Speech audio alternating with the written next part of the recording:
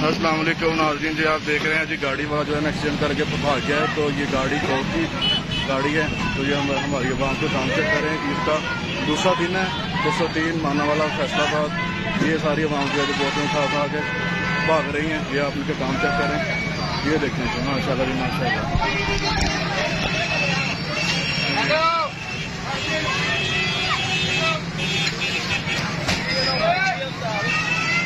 जी accident होया हुआ, गड्डी तोड़ गई है। ये देखें काम पे करें इनके।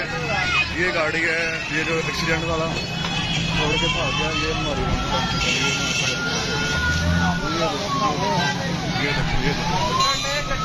ये जी नंबर गाड़ी का। ये हमारी आवाम लूट के भाग रही है। सारा कुछ ही बोतलें शोतलें जो भी है उनके पास सारा कुछ ही।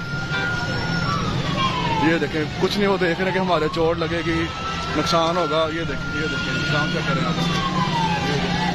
औरतें भी साथ लगी हुई हैं, बच्चे बूढ़े सब साथ हैं इनके। ये देखें वाह जी वाह, मौज लगी है जी, मौज लगी है, वाह जी वाह। 203 माना वाला फैसलाबाद। ये देखिए